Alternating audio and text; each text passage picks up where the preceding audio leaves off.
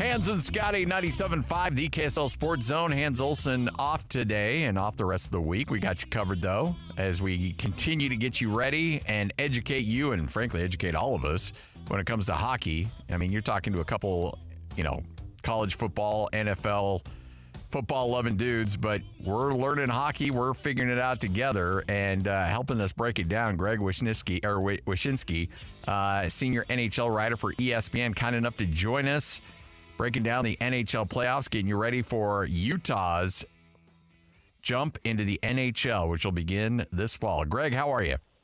Doing well. Thanks for having me. I appreciate it. Fired up to chat with you. Obviously, a lot going on here in the playoffs, but let's start with Colorado. And the Wyshynski suspension for 6 months obviously put a damper on that game. Does Colorado, I mean, they're probably more competitive, but did you feel like that series was pretty much done anyway, or did that definitely put the nail in the coffin for the Avalanche? Yeah, I mean, I think that, and also just dropping the 2 games at home, I think is tough to come back from. I mean, again, you lose a guy at unfortunate and pretty shocking circumstances that has 9 goals in the playoffs. I mean, he was playing really well for them.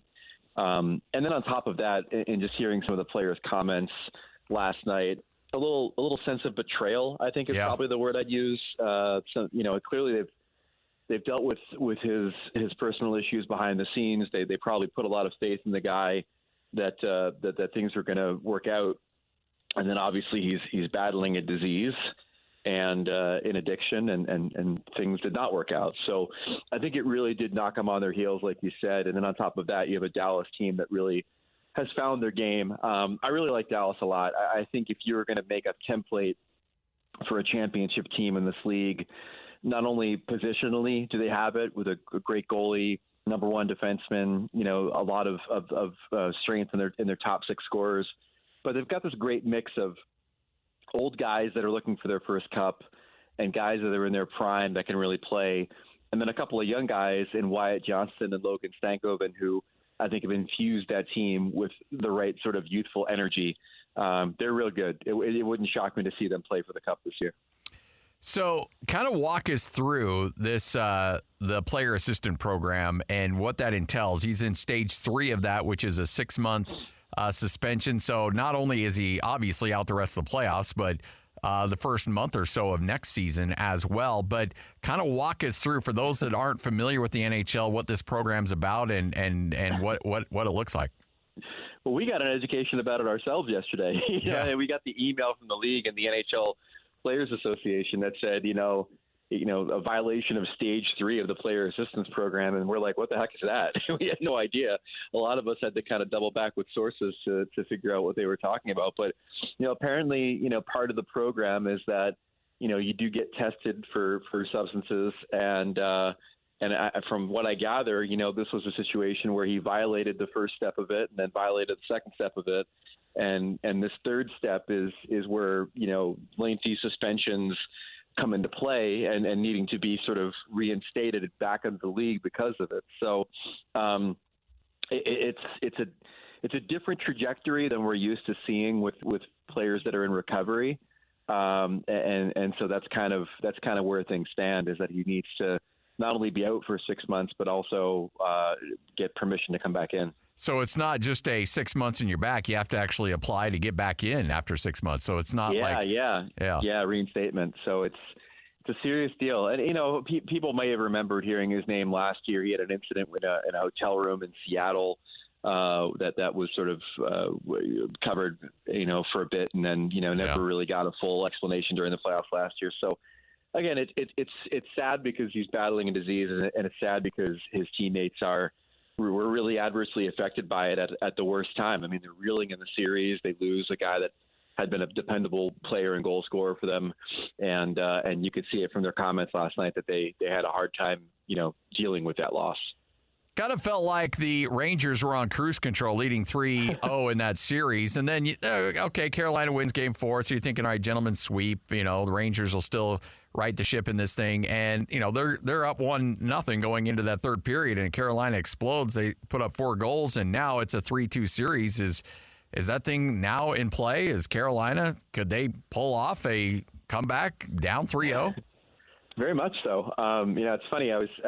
After Game 4, when Carolina won to stay alive, I told them I live in Brooklyn and I know a ton of Ranger fans, and I told them, look, there's no reason to panic. There is nothing in that game that should give you pause or give the Rangers concern about the series slipping away or something. And after Game 5 of the series, I got a lot of texts from people being like, okay, what about now? I'm like, yeah, there's a little bit of panic now. I think, the Rangers' power play has been the reason they've thrived in the playoffs. And it's gone cold. For the first time since March, they haven't scored in 3 consecutive games on the power play. And part of that is them overthinking it, and part of it is Carolina playing a little bit better on the penalty kill. 5-on-5, the Hurricanes have always had an advantage in this series. And Jordan Staal, their captain, told me last night that, not only are we playing well at 5-on-5, but we think we're playing better each game. So this series has shifted a bit. Freddie Anderson, the Carolina goalie, I thought was really strong when he needed to be last game. And, the Rangers did not want to go back to Carolina for Game 6. They wanted to end this thing at home. I think it's one of the reasons why they played pretty tight last night at Madison Square Garden, because that's a really tough place to play, a really tough place to win on the road. So at this point, I got to be honest with you, I'd be surprised if there isn't a Game 7 in this series. Wow. At this point. So NBA, it hasn't happened. Major League Baseball, we saw the Red Sox come back down 0-3 against the Yankees. Is there a history of teams being down 0-3 winning series in the NHL? So it does happen time and again, and I will tell you a brief story in which one time it happened, which is the San Jose Sharks were up 3-0 on the Los Angeles Kings one year, and I somehow got into a bet with the Kings mascot that they would not rally to win the series. They rallied to win the series, and somehow my payment for this bet was to sit at center ice in a chair during a Kings playoff game during intermission and get several pies thrown in my face in front of a sellout crowd on the ice. So I know intimately that teams can rally from a 3-0 deficit because it resulted in me taking a pie in the face from not only the Kings mascot, but actor Will Wheaton was another person who threw a pie in my face. Wow. So, it was Star Trek Next Generation Will Wheaton? Yeah, Stand By Me's own Will Wheaton. It was a memorable night. So yes, I could tell you intimately that it does happen. And on occasion in the NHL, the teams do rally. Cherry, apple, what were you dealing with? Do you remember? Yeah, I think it was mostly whipped cream. But here's the thing that I remember most about it, besides the surreal nature of taking pies in the face on a hockey rink, was somebody, and it may have been Will, threw a pie so hard at my face that the tin of the pie cut my nose. So I'm actually walking off the ice covered in cream and bleeding from having lost this bet to the, again, Los Angeles Kings mascot. Holy smokes! Yeah, that's a story that's hard to top at a dinner party. That's for sure. Hey, who's impressed you the most here in the early 2 rounds of the playoffs? Florida or Dallas? That's a great question. I think overall Florida's been more impressive. Dallas had a bit of a roller coaster series in the first round against Vegas, but Florida all the way through has been really strong. The series against the Boston Bruins has been fascinating because one, in some ways, Florida is kind of out-Bostoning Boston. We know back in the day, Boston used to be the team that beats up people and won with physicality. And obviously, Florida's now that team that can do that, get under your skin, hit you hard. Obviously the big hit from Sam Bennett when Marchand tried to hit him and then he socked him in the face to give him a concussion and take him out of the series. Well, that's the kind of thing we used to see from Boston with frequency. The other thing, too, about Florida is that they've changed the way they play defensively. I wrote about this today on ESPN.com about their goalie, Sergei Bobrovsky. Last year, he had to do all this heavy lifting. I mean, he played a 4-overtime game last year and had over 60 saves in that game.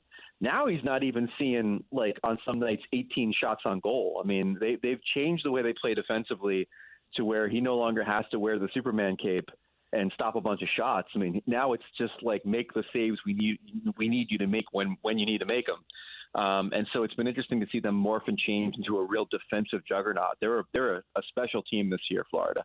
How concerned, and this is a dumb question because obviously the concern level is very high, but how concerned are you with the goaltending ability of Edmonton right now? I think you and I are next on the depth chart for Edmonton is the problem right now. But, it's interesting. They've made the change in Edmonton from Stuart Skinner, who was their starter most of the season and during the playoffs, to Calvin Pickard, who's going to play tonight. And when I saw that, the first thing that struck me was that it was odd because if there's one thing Skinner's good at, it's winning after losing. He's actually on, I think, an 8-game heater right now as far as wins after losses. And he, in fact, had one in this series. So I thought they might go back to him just based on that. But I think the change in goal for them is much less about who's going to be stopping the puck because, honestly, Pickard's not great and not all that much of an improvement on Skinner. But I think it was a signal to the Oilers that you've got to play better in front of your goalie. Now we're going to go to the backup. Now we're going to go to the guy who hasn't played in a while and is starting his first playoff game. You're not going to expect this guy to bail you out, so you're going to have to play better defensively in front of him and play more cohesive in front of him. And so I think when Chris Knobloch, their coach, makes this change, it's a wake-up call to the team rather than simply this guy is going to save our bacon as a goalie. What's your overall impressions on the Arizona situation and the move to Salt Lake and Utah with this roster and everything that went along with it? What was your vibe throughout this entire thing? Well, I covered the Coyotes situation for a very long time. I staying up at 2:00 in the morning watching Glendale City Council meetings on my computer, I'm in that category of people that once their arena gambit in Tempe was voted down, I think the writing was on the wall and a change had to happen because any other scenario would have had to play out over a course of several seasons.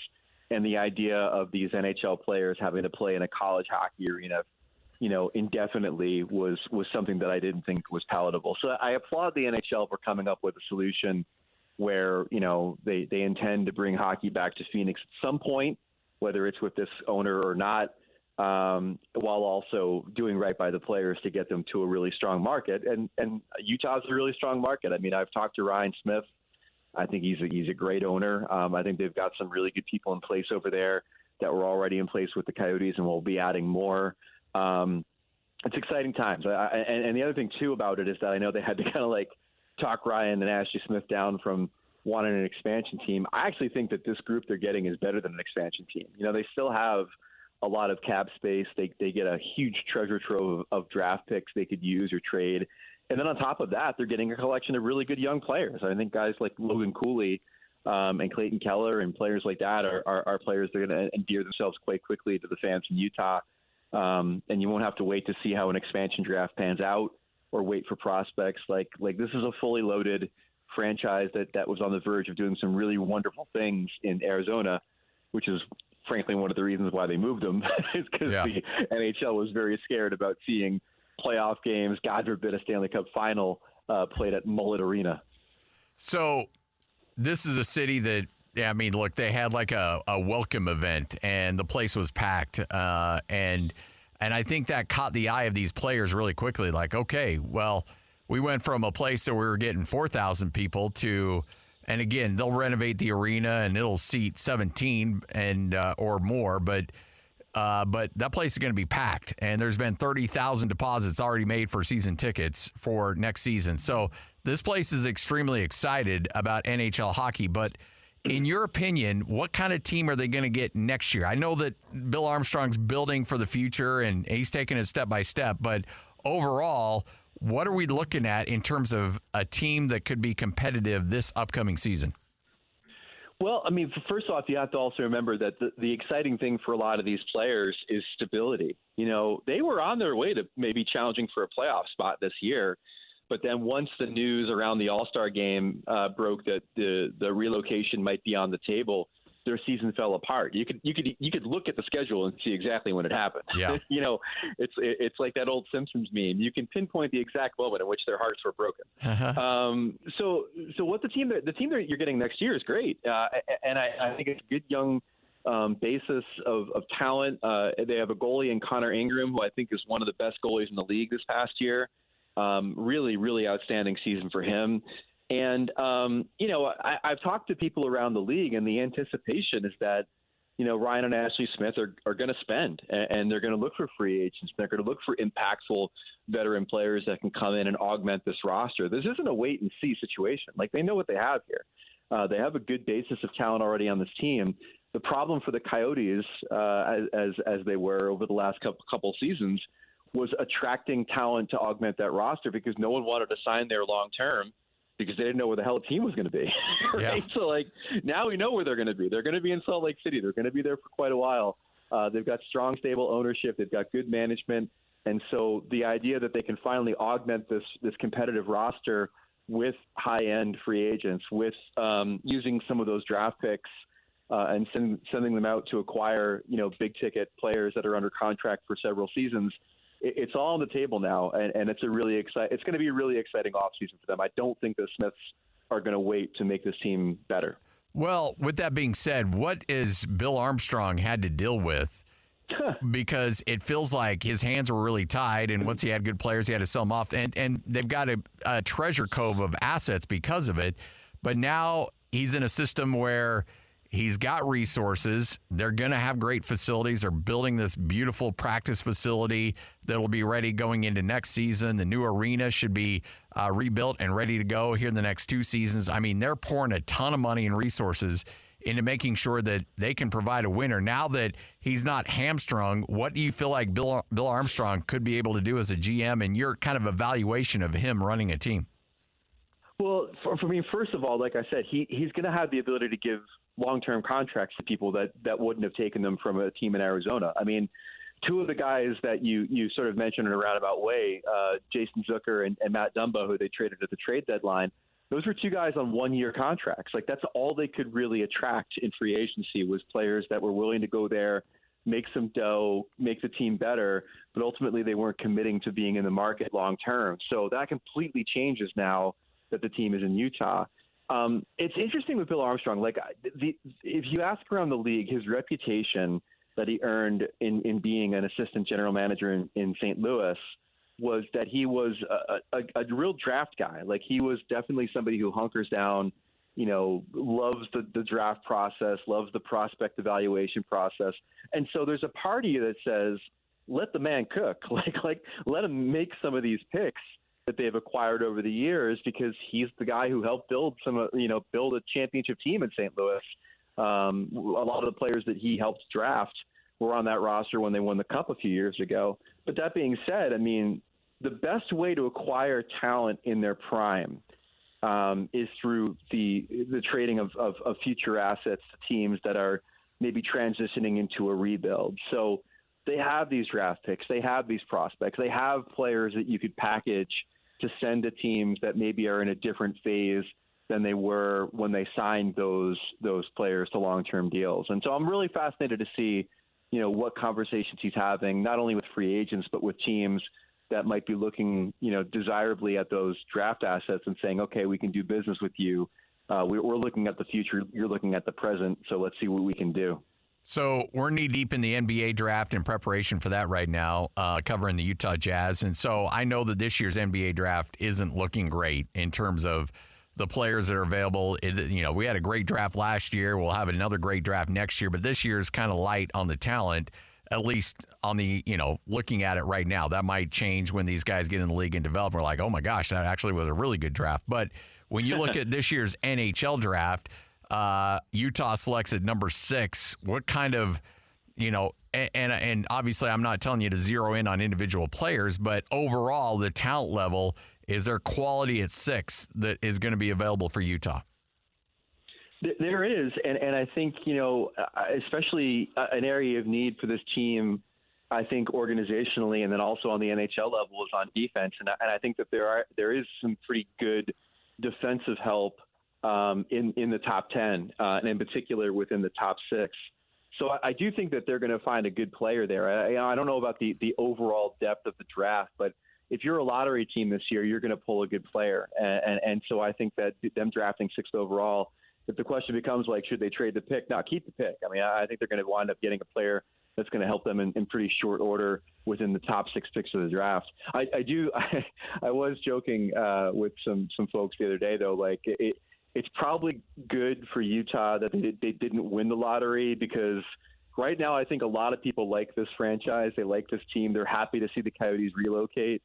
If Utah had won the lottery after Ryan Smith ponied up $1.2 billion to buy the team, I think there would have been a lot of people around the league being, all right, they fixed it for Utah. Okay, we understand how it works.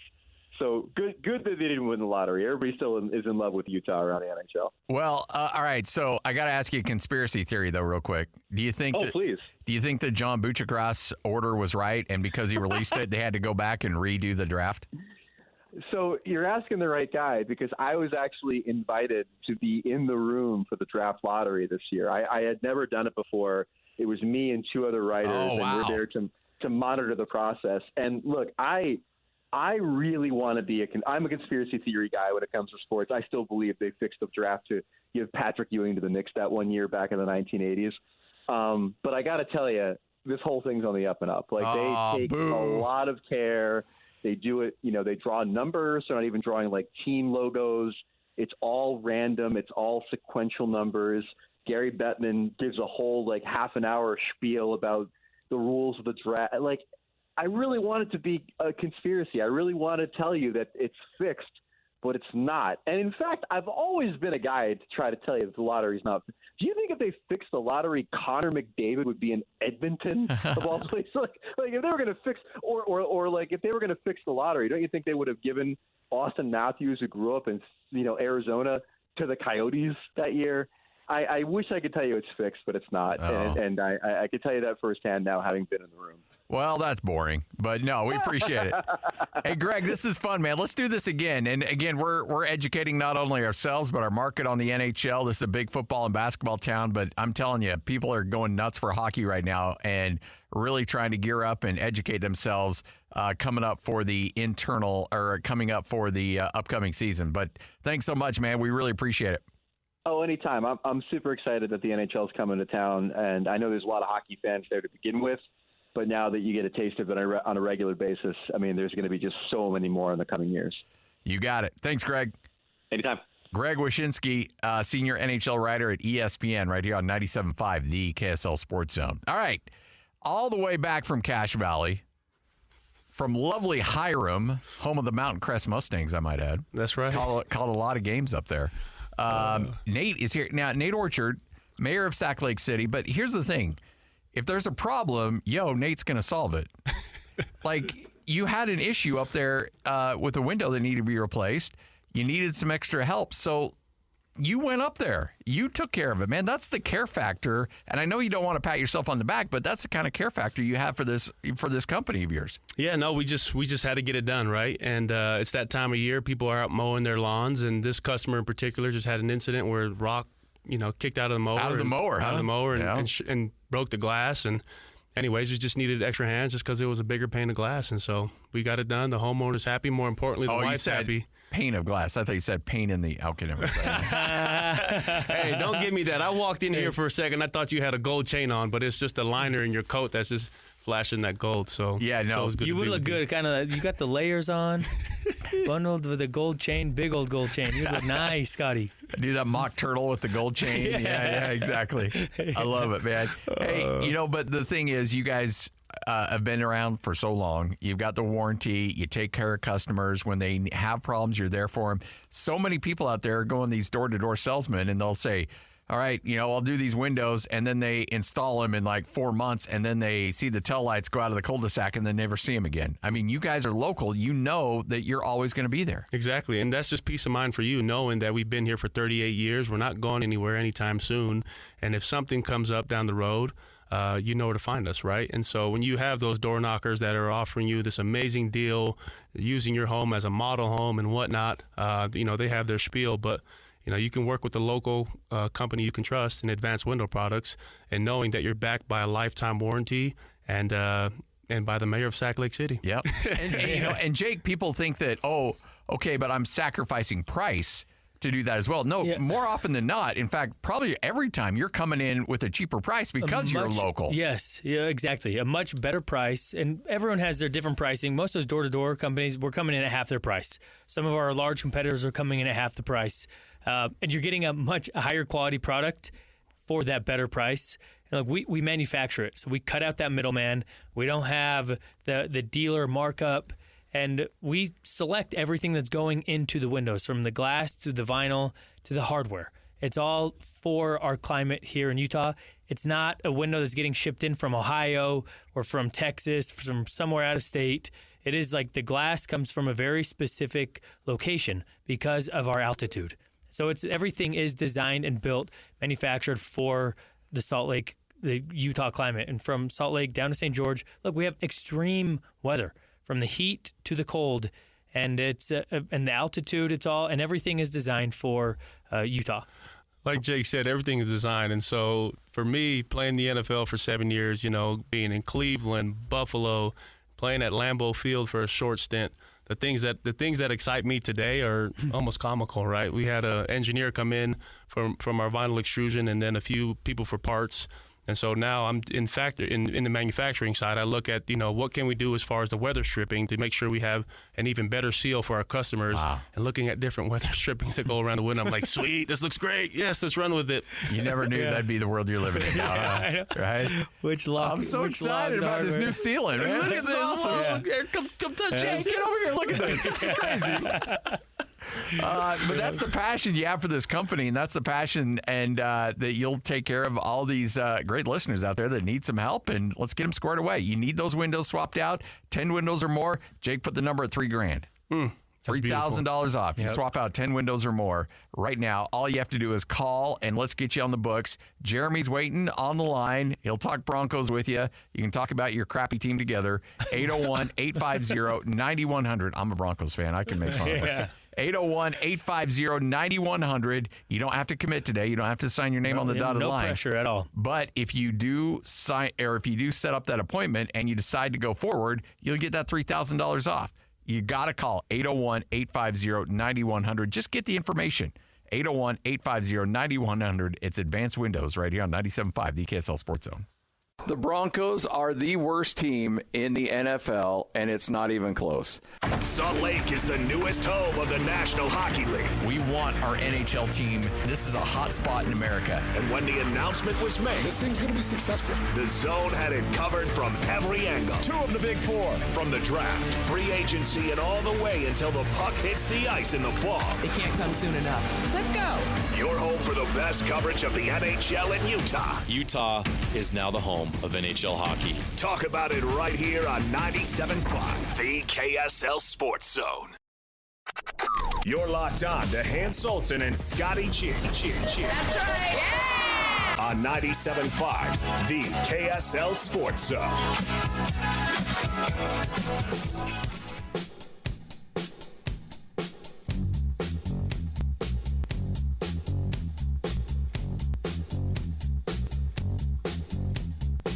Hans and Scotty, 97.5, the KSL Sports Zone.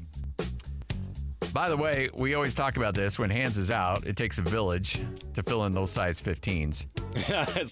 it's those clown shoes. Yeah. I come well short, trust me. Size 15. Yeah. Jeremiah Jensen hanging out with us for the final couple segments of the show.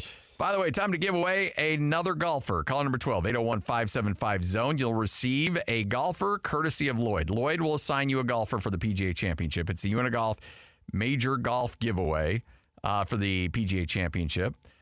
So he'll give you a golfer. You watch that golfer. You cheer for that golfer, because if that golfer wins the PGA Championship, you'll win the same brand of putter that golfer uses. All courtesy of You Into Golf. And if not carried by You Into Golf, then they'll give you $500 credit towards a different brand of putter. So either way, you're going to be a big winner. All right, speaking of winning, JJ, we went a little long there on our last segment, so I want to get your thoughts on this. I posted this on Twitter earlier today. Are you? I know we're supposed to say X, but I just no, it's always going to be Twitter. Okay, to me. Good. Sorry, Elon. All right, so the Action Network has posted their new win total over-under odds for everybody in college football. So here it is for Utah, Utah State, BYU. I want to get your thoughts on this. Utah, they said the over-under on wins for this upcoming season at 9.5. Utah State, they set it at 5.5, and BYU at 4.5. So let's start with Utah, 9.5. Are you taking the over/under? We're probably going to disagree on this. I'm going to take the over. Really? Because of their schedule. I don't know that there's 3 losses on their schedule if everyone stays healthy. I love it. Who are the teams they're going to lose to? Who are they going to be? Who's going to? I mean, Oklahoma State on the road. That's always one. Yeah, there's always one that you're like. There's always the head scratcher. That UCF game is probably going to be 2 time zone travel. That at the end of the year though, how relevant is that game going to be to their schedule? I'm just looking at their schedule. Yeah. And if they can get that game in Stillwater, and they take care of Arizona at home, it looks like smooth sailing to me. There's a big if to all of this, and it's the health of Cam Rising. As always. Yeah. With every team. Yeah. But based on roster right now and schedule, which is what I have to use right now to make my decision, I think they win 10 or more games, and I'm pretty confident about that. So I'm going to take the over, which is pretty risky. Yeah, getting that 10 wins, man. You look at it, Arizona has to come to Salt Lake. You mentioned Stillwater. Arizona State shouldn't be a problem. TCU comes to Salt Lake. Colorado's not a problem. UCF, November 29th. It still bums me out.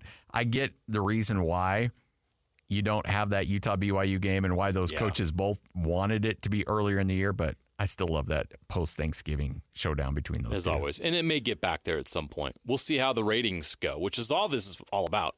What are the TV ratings going to be for that BYU-Utah game early in November as opposed to the last week? All right, let's go Utah State next up at 5.5. Now, being around this team and watching them closely and seeing the talent they were able to hold on to. Now, they did lose some talented players. Anthony Switzer's gone, but they hold on to Ike Larson, Jalen Royals. They bring in the quarterback from Iowa, which had a tremendous spring ball. That kid can flat out sling it. Mm-hmm. Now, we'll see how that translates to the regular season. But I do think this is Blake Anderson's most talented team he's had at Utah State from top to bottom, even more so than the team that ended up winning a Mountain West Conference title. But I don't think it's going to reflect in the record because their schedule is so much more difficult now than it was back in 2021. So that 5.5 number I think is actually pretty good. I am going to take the over. I do think they get at least to 6 or 7, but I want to get your thoughts on that one. I agree. The schedule is more difficult, and as I'm going through it, you've got USC on there on the road, Utah and Logan. I don't think they win those 2 games. Temple, it's weird traveling 2 time zones. It's in Philly. Coin flip. I think they beat Temple. No way they beat Boise State. UNLV is a dub this year because they lost their quarterback. New Mexico is the W. Wyoming and Laramie, probably not. Washington State and Pullman. They did it a couple years ago. They'll beat Wyoming and Laramie this year. Think so? Yeah. Feel pretty good about that? Yeah, they lost a bunch. Okay. Hawaii, I think that's a dub. San Diego State's not what they were. I think that's a dub, in Colorado State at the end of the year in Fort Collins is a coin flip as well. But somewhere in there, I think there are 6 to 7 wins, and I agree with you. Now we go to BYU at 4.5, and to me, it all just comes back to quarterback play. 100%. And that is the $1 million question with BYU. Can they get quality quarterback play? I think McKay Hillstead starting a quarterback before the season's over. I don't know if he'll be week 1 starter. I think he would have been had he been there for spring ball. But by the time he gets up and going, I think Hillstead will start and it's not necessarily a ringing endorsement for McKay Hillstead. It's more of an indictment on Bohannon and Retzloff. Right. Bohannon hasn't played a meaningful snap in over 2 years, obviously the injury issues, and he lost his job at Baylor before that. Yeah. That's why he went to South Florida.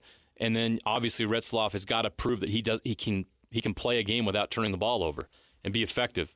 We don't know that yet. And without that effective quarterback play, you can't win in the Big 12. And Scotty, the biggest thing for me, along with the quarterback, we don't know if they have a dude. If McKay Hillstead's the starter at some point in the season, that means things did not go well for the first 2, which is a bad sign for BYU because you're at SMU, who's a really, really good football team. Kansas State could be the best team in the Big 12. We'll see.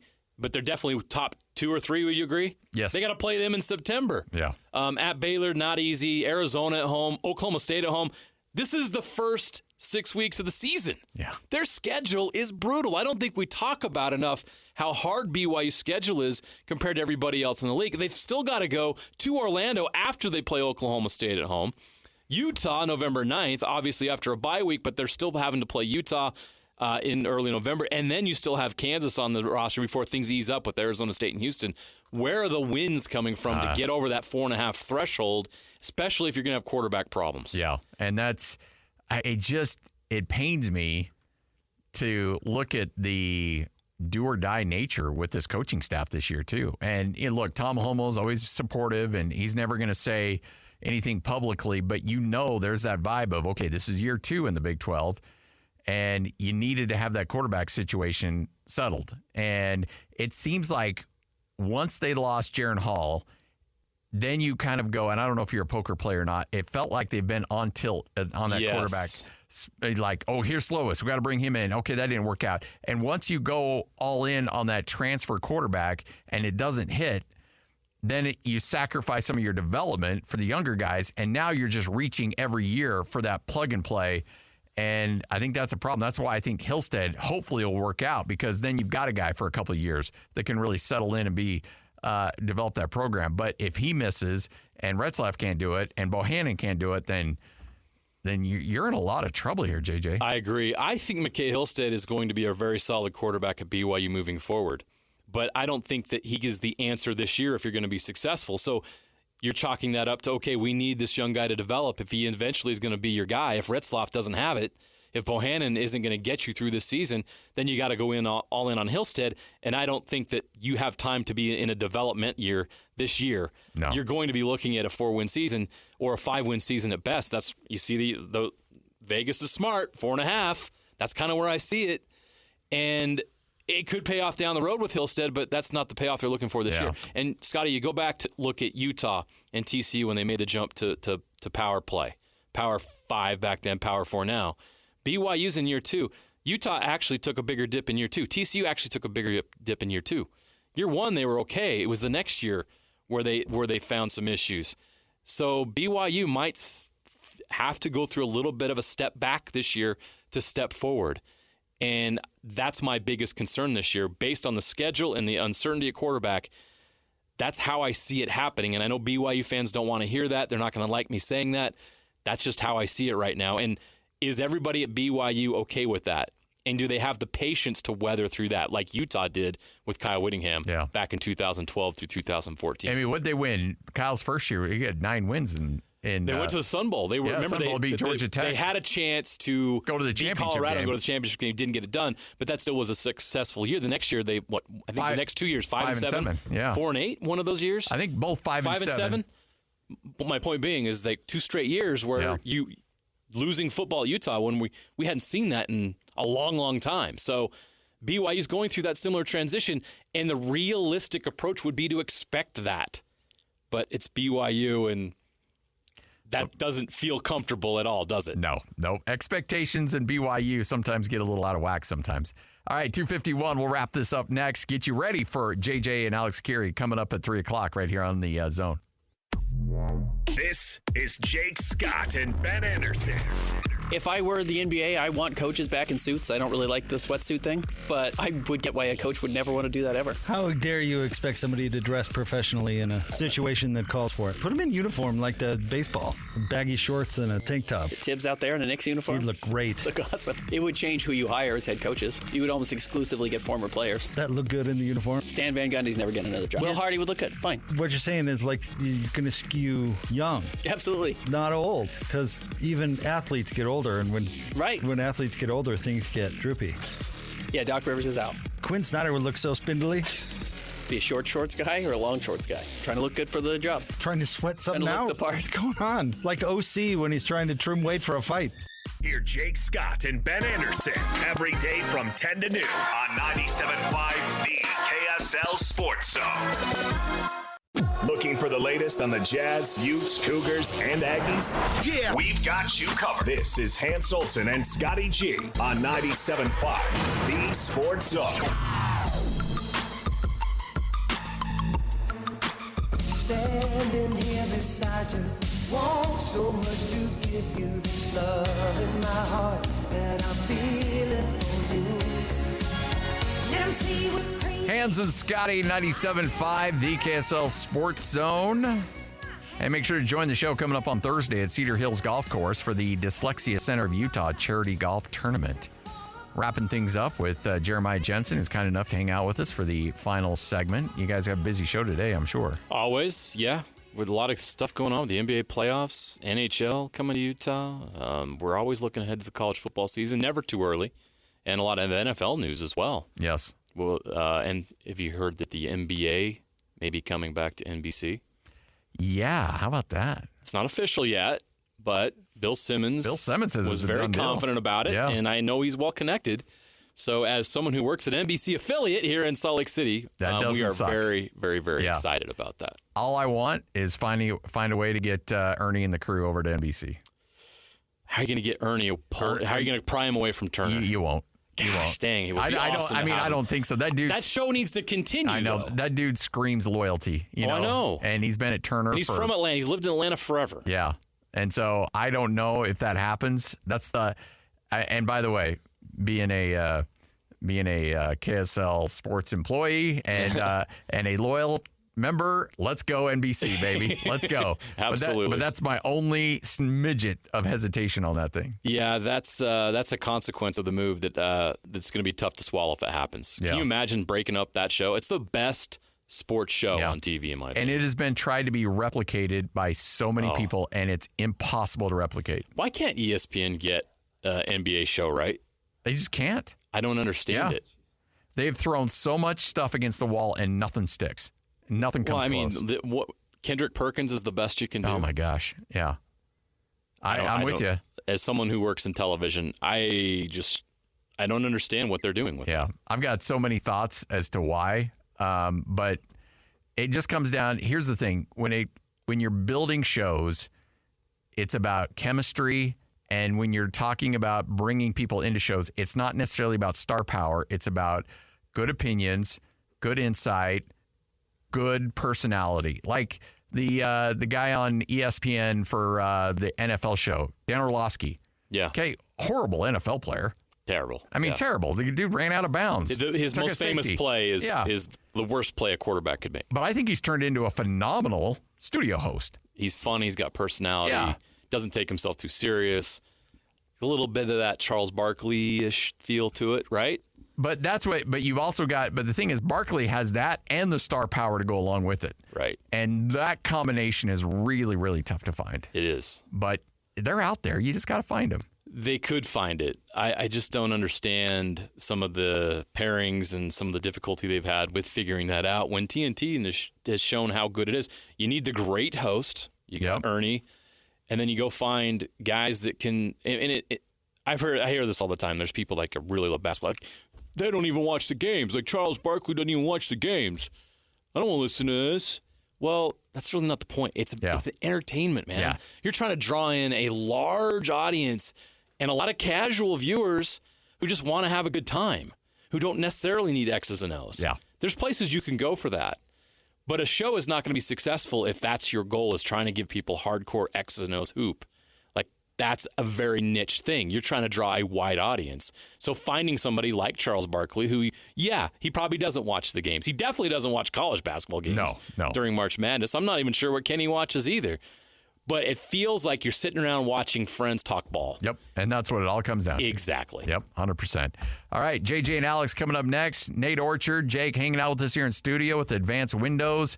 It's time to get those windows replaced. And Jake, there's a lot of people out there, let's be honest, you're dealing with some situations where you need to get those windows replaced, but you may not be liquid enough where you can take care of it all at once.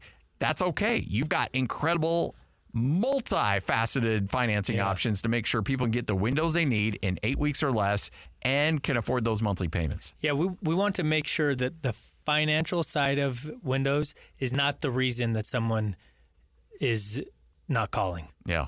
So we have all of these options available for any budget when it comes to the financing options. And so if you are a homeowner and you're afraid that it's going to be too expensive or that you can't afford these windows, or if you've received a bid from another window company and it scared you away, just give us a call and let us come out to your house. One of our factory reps, Jeremy, will be out to your house, and he will make you comfortable, help you understand if your home really does need new windows and what your home is in need of, help you design the windows and exactly the look that you want. And then he's going to go through all of those financing options with you. So you'll be able to see that, hey, maybe you want to have a low monthly payment as low as $170 a month. That we can do that for you. Maybe it's just delaying that payment 12 months. We can do that for you as well. But he will work with you and kind of understand your concerns, your needs, and we'll get all of those addressed. And we don't want there to be a reason for you not to call. We're trying to keep have it open so that you can be comfortable and know that replacing your windows is within reach for you. And Nate, the other thing too is, even though you guys are hitting your busy season, you can still have those things installed in 8 weeks. Yeah, in 8 weeks, right? In time just for you to enjoy the summer when the heat really starts to pick up. But and all you have to do is just call and get on the schedule with Jeremy, and he'll be right out to your home. Jeremy's ready to call, and you get that 3,000. Or Jeremy's ready for your call. All you have to do is hit him up. You can talk Broncos, and the great thing is he's going to come out to your house, and you're going to have the bid and the financing options right there on site. You don't have to wait 2 or 3 weeks to get all that info back. Yeah, no one wants to be waiting. If you have someone at your house, you want to know immediately what that's going to cost. You don't want to be sitting there waiting for 2 weeks. Yeah. We're there. We give you that price, financing options, all on the spot. Lock in that $3,000 off, but you have to call and get on the books right now. That'll lock it in. You don't have to commit. You don't have to sign up. All you have to do is just get on the books with an appointment with Jeremy, and then that will lock in your $3,000 off if you want to go forward. But that information is so vital. You're going to know how much it's going to cost you. You have all your financing issues resolved, and you're going to have the look that you want for your home, because we talk about savings. We talk about all these other great things about the functionality of your home. But let's be honest here, Nate. It's going to make your home look pretty badass. It sure will. Definitely. You know, like I said, the home I went into today, they got 22 windows, massive picture windows, and just you have that natural light coming in. Before they had, failed glass, the frames were warping. I mean, it makes all the difference in the world from the curb appeal and just the, to be able to enjoy the temperature inside your home as well. 801-850-9100. It's Advanced Windows. Thanks, guys, man. You're the best. Yeah, thank you. 97.5, the KSL Sports Zone. Sounds good. Thanks, guys. See ya.